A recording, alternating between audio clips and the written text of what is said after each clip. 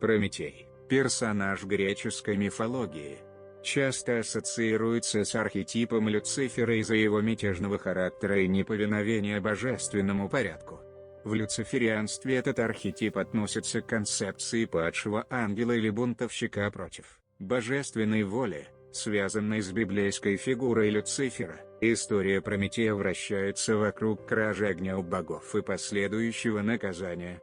В греческой мифологии огонь был священным даром, данным богами людям, и обладание им рассматривалось как символ божественной милости.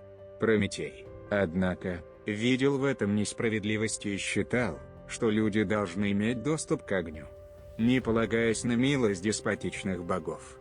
Он украл огонь с горы Олимпа и подарил его людям, тем самым бросив вызов божественному порядку и нарушив баланс между смертными и бессмертными. Этот акт восстания против божественного порядка напоминает грехопадение Люцифера в христианской мифологии. Люцифер, также известный как Сатана, когда-то был ангелом на небесах, но восстал против воли Бога и был изгнан с небес. В люциферианстве неповиновение Прометея богам рассматривается как параллель восстанию Люцифера против Бога. Более того, наказание Прометея за его преступление также аналогично наказанию Люцифера. Боги наказали Прометея, приковав его к скале и отправив орла каждый день клевать его печень в наказание за кражу огня. Это напоминает вечное проклятие Люцифера в аду за его бунт против Бога. Помимо этого, черты характера Прометея также совпадают с чертами, связанными с архетипом Люцифера.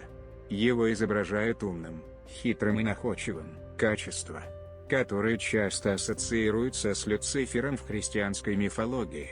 Его мятежный характер и готовность бросить вызов власти делают его символом индивидуализма и свободы воли, которые также связаны с архетипом Люцифера. В заключение, историю Прометея можно интерпретировать как представление архетипа Люцифера из-за его мятежного характера, неповиновения божественному порядку и наказания за свое преступление.